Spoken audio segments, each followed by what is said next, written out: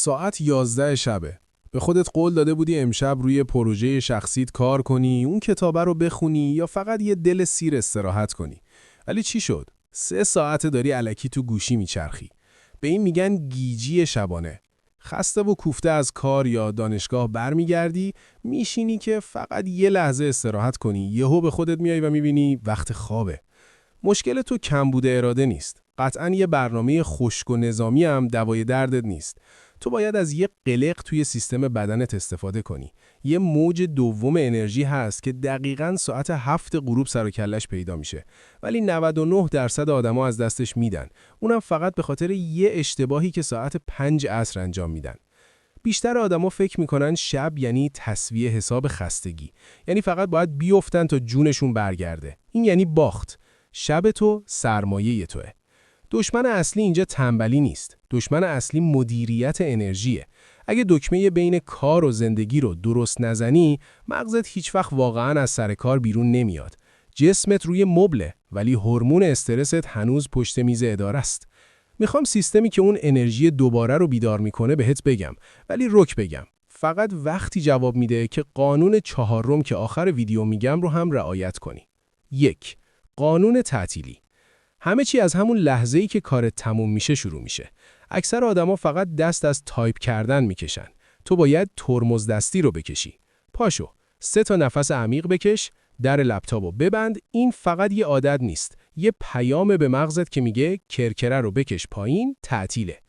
اما تله اینجاست. بلافاصله بعد از کار بین ساعت 5 تا 7 عصر بدنت التماس میکنه که خاموش بشه. به این میگن چاله انرژی.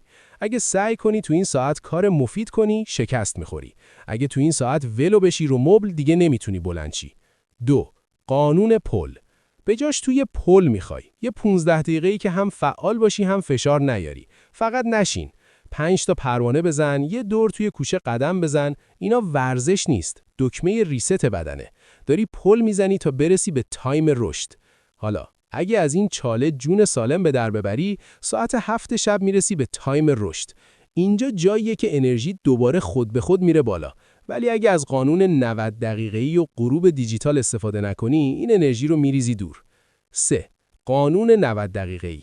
بیخیال این که بخوای همه کارو بکنی. شبت رو 3 تیکه کن. ساعت 5 تا 6 عصر هیچ تصمیمی نگیر. ساعت 6 تا 7 عصر هم شام و خانواده. ساعت 7 تا 9 ساعت طلاییه. مغزت فکر میکنه خسته است، ولی در واقع فقط حوصله‌اش از کار سر رفته. اینجاست که باید اون سرگرمی یا بیزینس شخصی یا اون کلاس آموزشی که دوست داری رو جاش بدی. اینجا از تکنیک نوشتن برای آینده استفاده کن. ننویس فردا چه کارهایی داری. بنویس دلت میخواد چه حسی داشته باشی. مغزت خودش راه رسیدن به اون حس رو پیدا میکنه. 4. قانون سخت 4.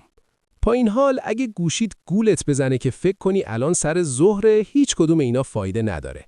مغزت فرق نور گوشی و نور خورشید رو نمیفهمه. اگه تا 10 شب زل بزنی به صفحه، سیستم خواب بدنت رو داغون میکنی.